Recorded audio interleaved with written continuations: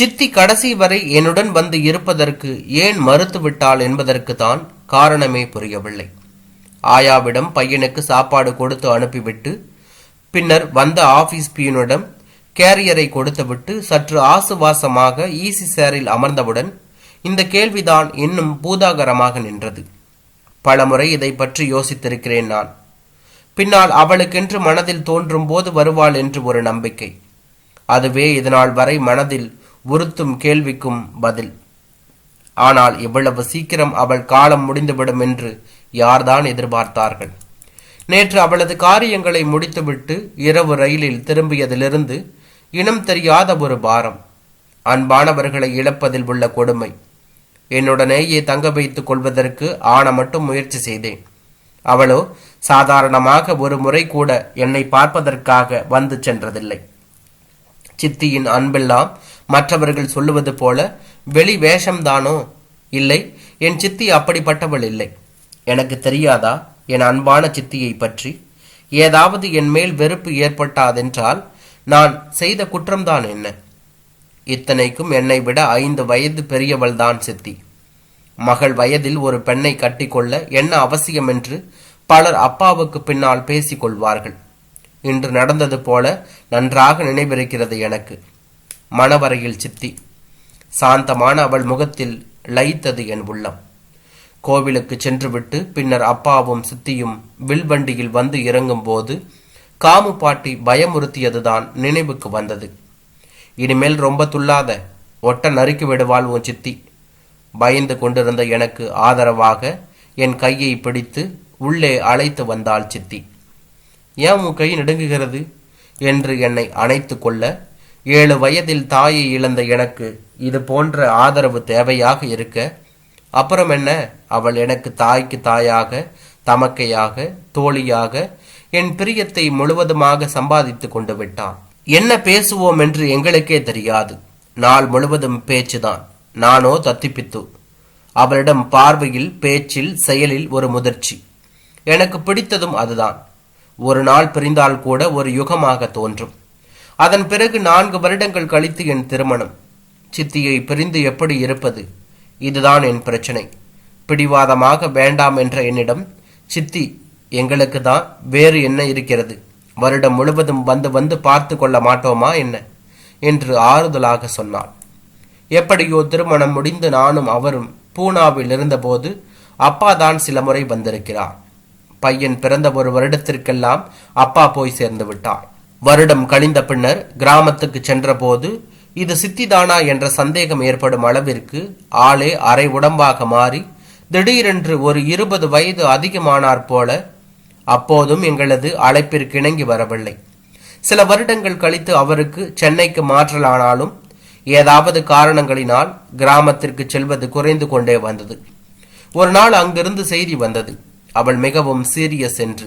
சென்று பார்த்தோம். பாயில் துணியாக துவண்டு கிடந்தாள். இப்போதும் ஒன்றும் வீணாகிவிடவில்லை.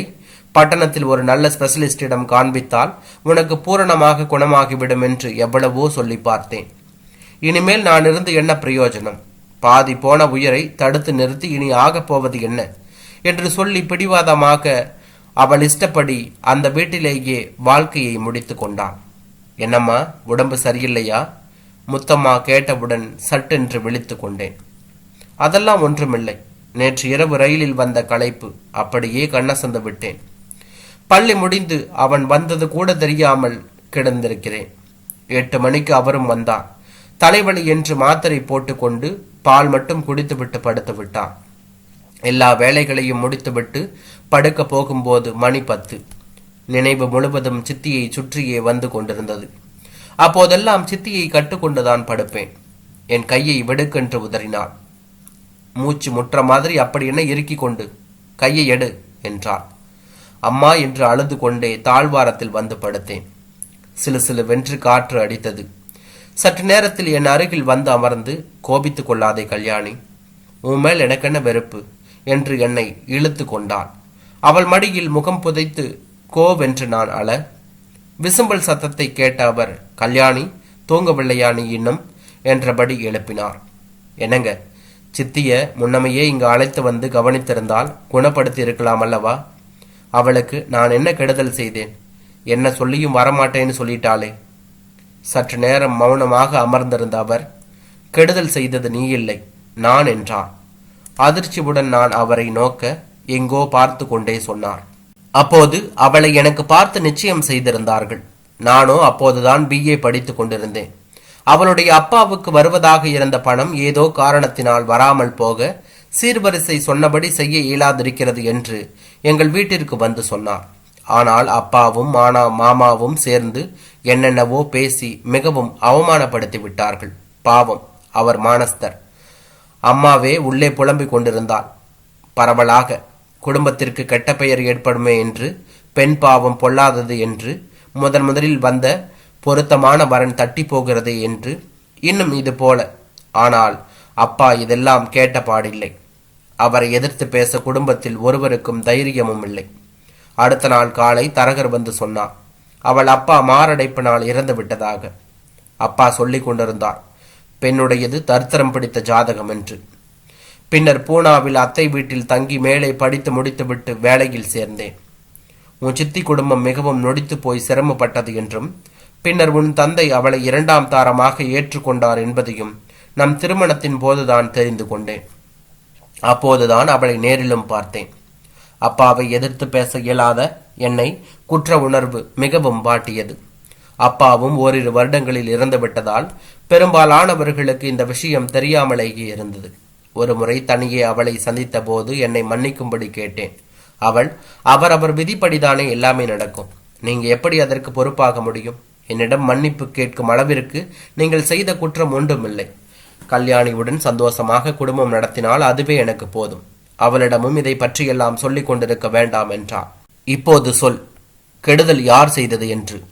அவள் உடல்நலம் குன்றிய போது அழைத்து வந்து தகுந்த சிகிச்சை அளித்து எல்லா உதவிகளையும் செய்வது ஓரளவேனும் எங்கள் குடும்பம் இழைத்த தீங்கிற்கான பிராய்ச்சித்தமாக இருக்குமென எண்ணினேன். அவளும் மறுத்தாள். இவ்வளவு விரைவில் அவள் சாவாள் என்று யாரும் நினைத்தார்கள்.